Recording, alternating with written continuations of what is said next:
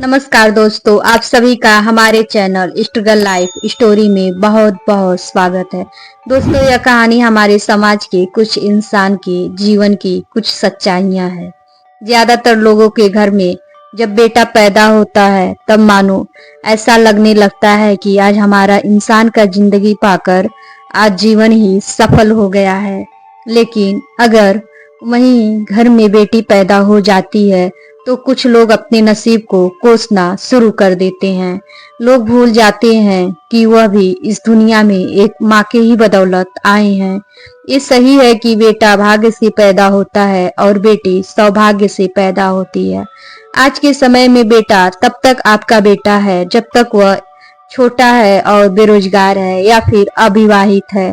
तब तक वह अपने माँ बाप को किसी भगवान से कम नहीं समझता है और उनकी आंखों में एक सुंदर सपना सजाता है और अपने माता पिता से कहता है कि चिंता मत करिए आप लोग, बिल्कुल कुछ भी, क्योंकि कुछ ही दिनों की बात है और कुछ ही दिनों की दुख है।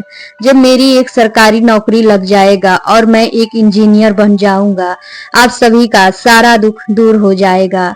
माता पिता भी भावनाओं में बहकर अपने फर्ज को भी पूरा करते हैं, मेहनत करते हैं और मजदूरी करते हैं और अपना पेट काट काट कर अपने बेटे के ऊपर अपने जीवन की सारी कमाई खर्च कर देते हैं और अपने लिए एक भी रुपए नहीं रखते हैं। लेकिन जब वही बेटा काबिल हो जाता है और जब बेटा की शादी हो जाती है तो वह फिर शादी के बाद वही बेटा अपने माता पिता को भूल जाता है कि शादी के पहले वही बेटा अपने माता पिता को किसी भगवान से कम नहीं समझता है। वही बेटा अपनी पत्नी के प्यार में अपने माता पिता को भूल जाता है और अपने ही माता पिता उसे बुढ़ापे के कारण पागल लगने लगते हैं। उनकी हर बात फालतू लगने लगती है, वह गैर से भी बदतर लगने लगते हैं। मैं यह नहीं कहती कि हमारे समाज के ज्यादातर बेटे ऐसे ही होते हैं, लेकिन कुछ लोग ऐसा ही कर रहे हैं। बेटी पैदा होने पर वहीं कुछ लोग काफी दुखी हो जाते हैं क्योंकि वह उनके साथ जीवन भर नहीं रहेगी। वह उनके खानदान की नाम रोशन नहीं करेगी, खानदान का नाम आगे नहीं बढ़ाएगी, अंतिम संस्कार में कंधा नहीं देगी। बेटी कंधा नहीं देती है। आज के समय में हमने अपने आसपास ऐसा भी देखा है कि कुछ बेटा तो माता पिता की अंतिम सांस चल रही होती है, जब फोन जाता है तो बेटा कहता है मुझे कंपनी से छुट्टी नहीं मिल रहा है, और बेटा तब आता है जब माता पिता में से किसी एक की मौत हो गई रहती है। अंतिम संस्कार में पहुंचता है या फिर अंतिम संस्कार के बाद आता है। बेटी में ज्यादा दहेज लगेगा तो उस पर आप उतना ध्यान नहीं देते हैं जितना कि एक बेटा पे दे रहे हैं। वह भी आपके खानदान का नाम रोशन करेगी। लेकिन अभी भी हमारे समाज में बेटा और बेटी में काफी लोगों में मतभेद रहता है। बेटा जहां समय आने पर आपके धन को बांटते हैं, वहीं बेटी समय आने पे आपके दुख को बांटती है।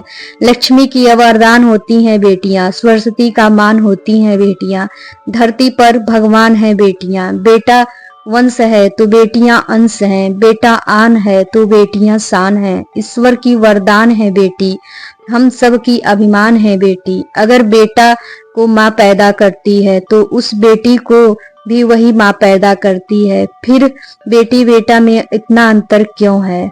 अब कुछ लोग सोच रहे होंगे कि कुछ बेटियां ऐसी भी हैं जिनको बेटा की तरह मान सम्मान दिया गया है और वह अपने माता पिता की इज्जत को तार तार कर देती हैं। तो दोस्तों, यह दुनिया है जहां पर आपको हर तरह के लोग मिलते हैं, अच्छे से अच्छे और बुरे से बुरे, दोनों प्रकार के लोग मिलते हैं। गलती बेटा भी करते हैं।